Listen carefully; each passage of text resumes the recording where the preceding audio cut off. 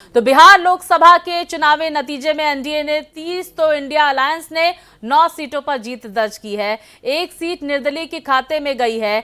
NDA में BJP और JDU ने 12-12 सीटों पर जीत दर्ज की है। तो लोजपा रामविलास ने अपने कोटे की सभी 5 सीटों पर कब्जा जमाया है। गया से हम सुप्रीमो यानी कि जीतन राम मांझी अपनी सीट जीतने में कामयाब रहे हैं, लेकिन आरएलएम चीफ उपेंद्र कुशवाहा काराकाट से हार गए। इसी तरह देखिए महागठबंधन में आरजेडी ने 23 सीटों पर चुनाव लड़ा और महज 4 पर जीत दर्ज की। कांग्रेस ने 9 में से 3 पर अपना परचम लहराया। लेफ्ट पार्टियों में सीपीआई माले ने अपना खाता खोला और 2 सीटों पर जीत दर्ज की। वहीं सीपीएम और सीपीआई अपने कोटे की एक सीट हार गई। मुकेश सहनी की वीआईपी को भी अपने कोटे की तीनों सीटों पर हार का सामना करना पड़ा। तो वहीं देखिए एनडीए के साथ मिलकर चुनाव लड़े नीतीश कुमार की पार्टी ने बड़ी जीत दर्ज की है, जिसके बाद वो अहम भूमिका में आ गए हैं। विस्तार से जानकारी के साथ मेरे सहयोगी आशुतोष हमारे साथ जुड़ गए हैं। आशुतोष, देखिए एक सबकी निगाहें अब जेडीयू पर है कि क्या रुख जेडीयू का रहता है, क्योंकि सूत्रों के हवाले से इस तरह की जानकारियां लगातार सामने निकल कर आ रही है कि इंडिया गठबंधन की तरफ से यहां पर संपर्क साधने की कोशिश की गई है जेडीयू खेमे में।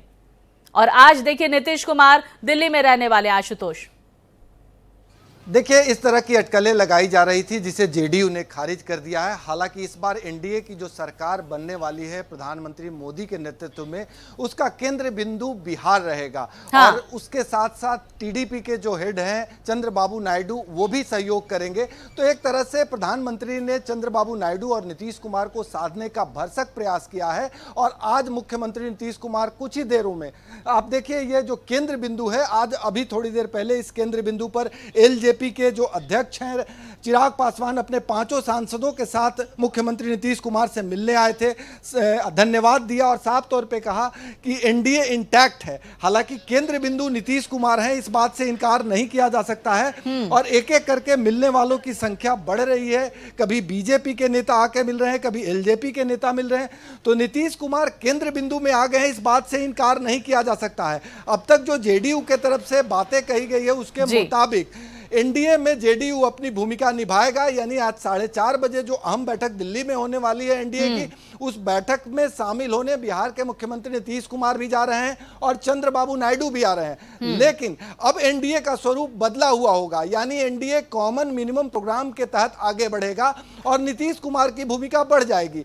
तो इसी को ध्यान में रखते हुए लगातार बीजेपी के नेताओं ने नीतीश कुमार से संपर्क किया, उनसे बात की, प्रधानमंत्री की भी बात हुई। बिल्कुल आशुतोष, देखिए कल से हम लगातार सुन भी रहे हैं तमाम जेडीयू नेताओं को कि जेडीयू जो है वो यहां पर एनडीए के साथ ही रहेगा। लेकिन हम आपसे भी समझने की कोशिश करेंगे कि जिस तरह से हमने नीतीश कुमार का इससे पहले रुख देखा है कि जहां पर भी हवा रहती है नीतीश कुमार वहां तक बह जाते हैं लगातार। अब देखिए चुनाव नतीजों के बाद काफी मीम्स भी सोशल मीडिया पर छाए हुए हैं कि नीतीश सबके हैं। लेकिन हालांकि जेडीयू ये कहती हुई नजर आ रही है कि फिलहाल वो नीतीश जो हैं वो एनडीए के ही हैं। लेकिन क्या लगता है सियासी गलियारों में किस तरह की हलचल आने वाले वक्त में, अगर एक बड़ा पोर्टफोलियो अगर नीतीश कुमार को सौंपा जाता है, क्या अगर प्रधानमंत्री पद के बारे में चर्चा हो सकती है नीतीश कुमार को बनाने को लेकर, इंडिया गठबंधन में अगर वो आते हैं तो क्या नीतीश कुमार मानेंगे या फिर ठुकराएंगे? ये एक बड़ा सवाल है,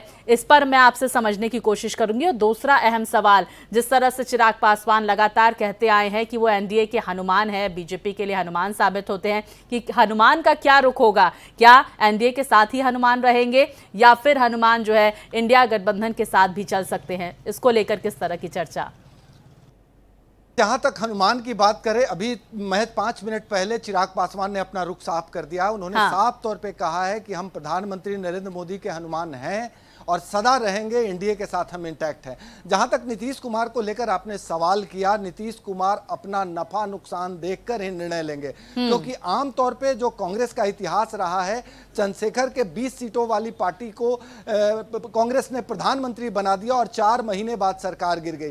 क्या नीतीश कुमार पुराने इतिहास से हवाला देके अपना निर्णय बदल लेंगे या फिर वो अपनी भला अपना अस्तित्व की लड़ाई लड़ेंगे? किस तरह से वो निर्णय लेंगे ये देखने लायक होगा। अब तक जो स्थिति है उसमें नीतीश कुमार एनडीए के साथ इंटैक्ट होने का हवाला दे रहे हैं और आज की बैठक में ये साफ करेंगे कि वो किस कदर एनडीए के साथ है। हालांकि नीतीश कुमार का कद बढ़ा है, इस बात से इनकार नहीं किया जाएगा और नीतीश कुमार अपने बढ़ते हुए कद का इस्तेमाल करके बिहार का भला करना चाहेंगे। हाँ, बिल्कुल। देखिए, भूमिका बड़ी है, आशुतोष कद भी बड़ा है, लेकिन ये भी समझने की कोशिश करेंगे जीत एनडीए की बड़ी भी थी। बिहार में 40 में से 30 सीटें मिली है और एलजेपी की सीट जो है वो उसमें वो इस तरह से घटती हुई क्यों नजर आई, ये भी हम समझने की कोशिश करेंगे, क्योंकि तमाम सीटें जो है उन पर प्रत्याशी आरएलडी की तरफ से, लेकिन जीत दर्ज नहीं हुई है। आरएलडी की हार का क्या वजह आप समझते हैं बिहार में?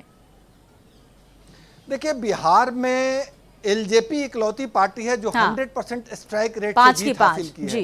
चिराग पासवान ने 5 सीटों पर अपना उम्मीदवार खड़ा किया था और पांचों के पांचों सीट पर उसकी जीत हुई है। एक सीट पर जीतन राम मांझी खड़े थे, उनकी भी जीत हो गई, यानी जीतन राम मांझी का भी स्ट्राइक रेट 100% रहा। हार हुई उपेंद्र कुशवाहा की, हार हुई बीजेपी नेताओं की, हार हुई जेडीयू नेताओं की। तो जो सीटें घटी है 10 सीट, वो सीटें जेडीयू और बीजेपी के साथ साथ उपेंद्र कुशवाहा की सीट घटी है। ऐसी स्थिति में अगर बिहार के एनडीए के स्वरूप की बात करें तो सबसे ज्यादा अगर कोई उत्साहित है तो वो चिराग पासवान है, क्योंकि उनका स्ट्राइक रेट 100% है। और थोड़ी देर पहले जिस अंदाज में अपने उत्साह का परिचय देते हुए साफ तौर पे कहा कि प्रधानमंत्री नरेंद्र मोदी और नीतीश कुमार के आशीर्वाद से जो उन्हें सीटें हासिल हुई है, उसके दम पर हम एनडीए को इंटैक्ट रखेंगे। तो अब सबकी कोशिश होगी, क्योंकि इन तमाम पार्टियों को महत्व मिलेगा। अब वो स्थिति नहीं है कि 272 बीजेपी का। आशुतोष, आप बने रहिए हमारे साथ। चंद्रबाबू नायडू कुछ बोल रहे हैं, उन्हें सुन लेते हैं। ఎన్నికలు చూసినా అంటే ఎన్నికలు చూడడమే కాకుండా ఈ ఎన్నికలన్నీ at the helm of affairs ఉండి ఎప్పటికప్పుడు సమీక్షలు కానీ ఇవన్నీ నిర్వహించడం కూడా చేశాం.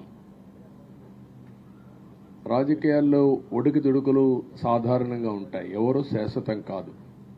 దేశం శాశ్వతం, ప్రజాస్వామ్యం శాశ్వతం, రాజకీయ పార్టీలు శాశ్వతం, అధికారం అశాశ్వతం. రాజకీయ పార్టీలు కూడా సక్రమంగా ఉంటే మళ్ళీ ప్రజలు ఆదరిస్తారు, లేకపోతే రాజకీయ పార్టీలు కూడా చాలా పార్టీలు కనుమరుగైపోయినాయి. వ్యక్తులు కనుమరుగైపోయారు, రాజకీయ పార్టీలు కనుమరుగైపోతాయి.